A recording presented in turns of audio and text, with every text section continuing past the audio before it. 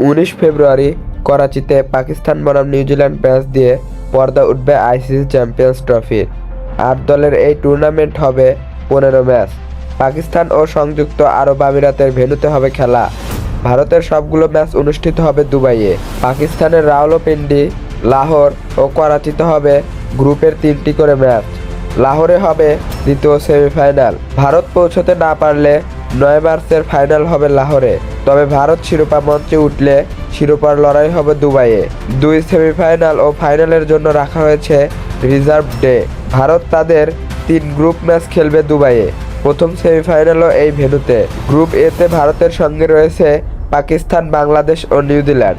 Group বিতে রয়েছে Afghanistan, England, Australia ও দক্ষিণ আফ্রিকা। চ্যাম্পিয়ন্স ট্রফির সূচি 2025। সবগুলো ম্যাচ শুরুর সময় দুপুর 3টা।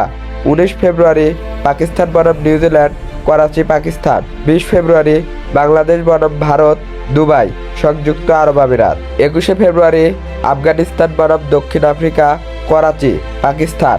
22 ফেব্রুয়ারি অস্ট্রেলিয়া বনাম ইংল্যান্ড, লাহোর, পাকিস্তান। 23 ফেব্রুয়ারি পাকিস্তান বনাম ভারত, দুবাই, সংযুক্ত আরব আমিরাত।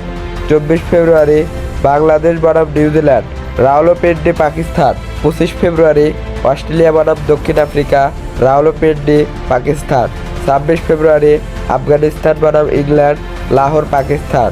27 ফেব্রুয়ারি পাকিস্তান বনাম বাংলাদেশ, রাওয়ালপিন্ডি, পাকিস্তান। 28 ফেব্রুয়ারি আফগানিস্তান বনাম অস্ট্রেলিয়া, লাহোর, পাকিস্তান। 1 মার্চ দক্ষিণ আফ্রিকা বনাম England, Karachi, Pakistan. 2 March New Zealand বনাম ভারত, দুবাই, সেমিফাইনাল।